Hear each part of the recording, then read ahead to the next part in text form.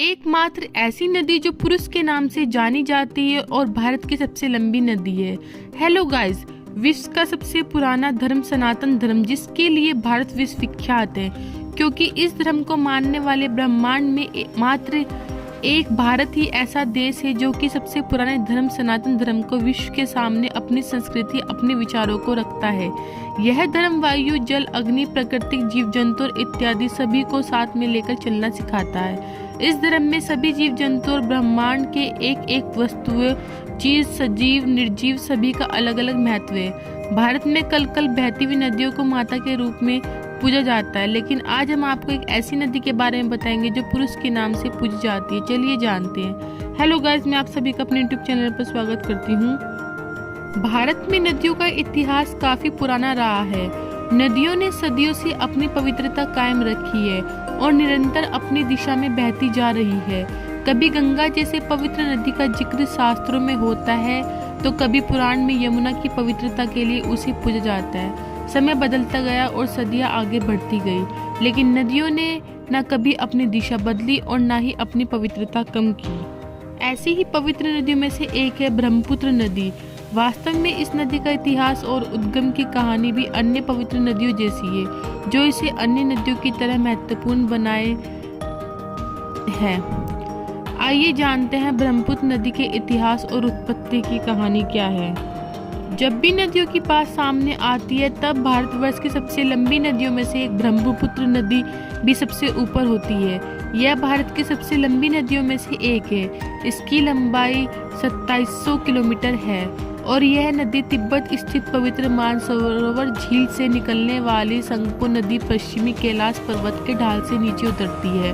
तब इस नदी को ब्रह्मपुत्र नदी कहा जाता है। इस नदी का नाम अलग स्थानों पर अलग होता है। तिब्बत के मानसरोवर से निकलकर बांग्लादेश में गंगा में मिलने पर इस नदी को पद्मा नदी कहा जाता है, जिसके बाद मेघना नदी के रूप में यह सागर में जाकर मिलती है। इस प्रकार अपनी लंबाई और चौड़ाई की वजह से यह नदी न सिर्फ भारत बल्कि एशिया की भी सबसे बड़ी नदियों में से एक है। विभिन्न स्थानों से बहते हुए यह नदी कुल 2906 किलोमीटर लंबी यात्रा करती है। यह नदी हिमालय में अपने स्रोत यानी कि गंगा नदी के संगम तक लगभग 1800 मील बहती है, जिसके बाद दोनों नदियों का मिश्रित पानी बंगाल की खाड़ी में गिरता है। ब्रह्मपुत्र नदी का उद्गम स्थान हिमालय के उत्तर में तिब्बत के पुरंग जिले में स्थित मानसरोवर झील के निकट होता है। इस स्थान पर इस नदी को यरलुंग तंगसपो कहा जाता है। तिब्बत में बहते हुए यह नदी भारत के अरुणाचल प्रदेश राज्य में प्रवेश करती है।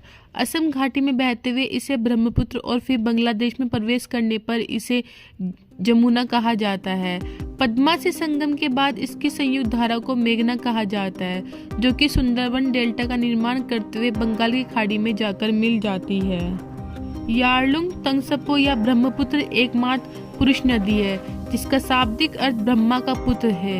यह नदी हिंदू, जैनियों और बौद्धों द्वारा पूजनीय नदी है। बौद्धों का मानना है कि बहुत पहले चांगथाल पठार एक महान झील थी। एक दयालु बोधिसत्व ने गंभीरता से महसूस किया कि पानी नीचे के लोगों तक पहुंचना चाहिए, इसलिए उन्होंने यारलुंग तसांगपो के लिए हिमालय पर्वत के माध्यम से एक पानी के बहने का स्थान बनाया, ताकि पानी नीचे की ओर प्रवाहित हो और मैदानी इलाकों को समृद्ध किया जा सके। हिंदुओं के लिए ब्रह्मपुत्र नदी ब्रह्मा और अमोघ ऋषि का पुत्र था। अमोघ ऋषि शांतनु की सुंदर पत्नी थी। ब्रह्मा ने उसके अच्छे रूप से मुग्ध होकर प्रेमपूर्ण प्रगति की, जिसके कारण एक लड़के का जन्म हुआ जो अमोघ को बहुत परेशान कर रहा था। लड़का पानी की तरह नीचे बह गया। ऋषि शांतनु ने इसे ब्रह्मा के पुत्र को कैलाश, गंधमादन, जरूदी और समृद्धि के 4 महान पहाड़ों के ठीक बीच में रखा।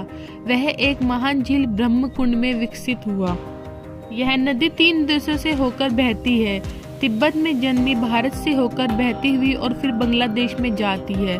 तिब्बत में जिन पहाड़ों, घाटियों और जंगलों से होकर तसांगपो बहती है, उन्हें अत्यंत पवित्र माना जाता है। ऋषि द्वारा लिखे गए प्राचीन तिब्बती स्क्रोल हिमालय में गहरे अभयारण्यों या बेयूल की बातें करते हैं। यहाँ उम्र बढ़ने की गति धीमी हो जाती है और जानवरों और पौधों में भी चमत्कारी शक्तियाँ होती है। तिब्बतियों का मानना है कि इस क्षेत्र में शायद दुनिया के सबसे गहरे घाट के नीचे एक झरने के माध्यम से पृथ्वी पर स्वर्ग का द्वार शांग्री ला है। इस प्रकार ब्रह्मपुत्र नदी का इतिहास काफी पुराना और रोचक है। इसके साथ ही यह भारत ही नहीं बल्कि एशिया की सबसे पवित्र नदियों में से भी एक है, जो वास्तव में इस नदी को और ज्यादा खास बनाती है।